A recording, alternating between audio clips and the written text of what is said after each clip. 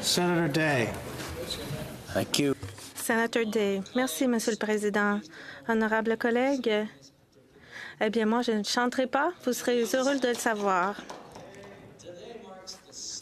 Aujourd'hui, on souligne le 70e anniversaire de la signature du traité de l'Atlantique Nord et aussi de la création de l'organisation du même nom. Établie en 1949, c'était la première alliance militaire du Canada en temps de paix. Et on a signé l'entente aux côtés des États-Unis, de la Grande-Bretagne et d'autres pays de l'Europe occidentale. Le Canada a joué un rôle essentiel dans l'élaboration du traité de l'Atlantique Nord. Le très honorable Louis Saint-Laurent était le premier en faveur, avec l'ambassadeur et le secrétaire d'État aux Affaires extérieures, Lester B. Pearson. Il croyait que ce n'était pas seulement une alliance de défense militaire contre la menace de la guerre froide de l'Union soviétique, mais il croyait aussi que c'était un instrument pour le développement de la coopération économique, politique et sociale au sein des États membres.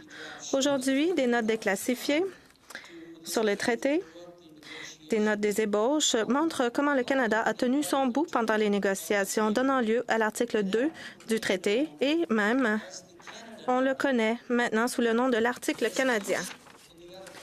Dans son discours dans l'autre endroit, pendant le débat sur le traité, M. Pearson a parlé des discussions qui ont donné lieu au texte final et il a dit, en compagnie de gens aux vues similaires, nous avons tenté de trouver des moyens pour que les pays libres dont nous faisons partie puissent demeurer libres.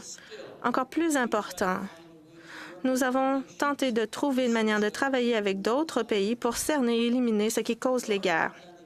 Le traité de l'Atlantique Nord et l'ébauche dont nous sommes saisis en cette Chambre constituent la réponse à ces demandes. Une semaine plus tard, le 4 avril, le Canada a signé le traité de l'Atlantique Nord avec 11 autres pays. Depuis ce temps, l'Alliance a connu une croissance et compte maintenant 29 membres indépendants, bientôt 30, espérons-le. Ses priorités ont évolué à mesure que les menaces et les difficultés dans le monde ont changé. Le Canada a continué à jouer un rôle essentiel en participant à toutes les missions de l'OTAN depuis la création de l'Alliance.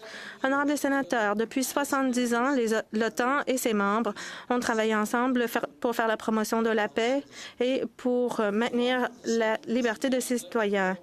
Pour honorer cet anniversaire, je vous invite tous à une réception ce soir de 16h30 à 19h dans la salle 330 de l'édifice Wellington.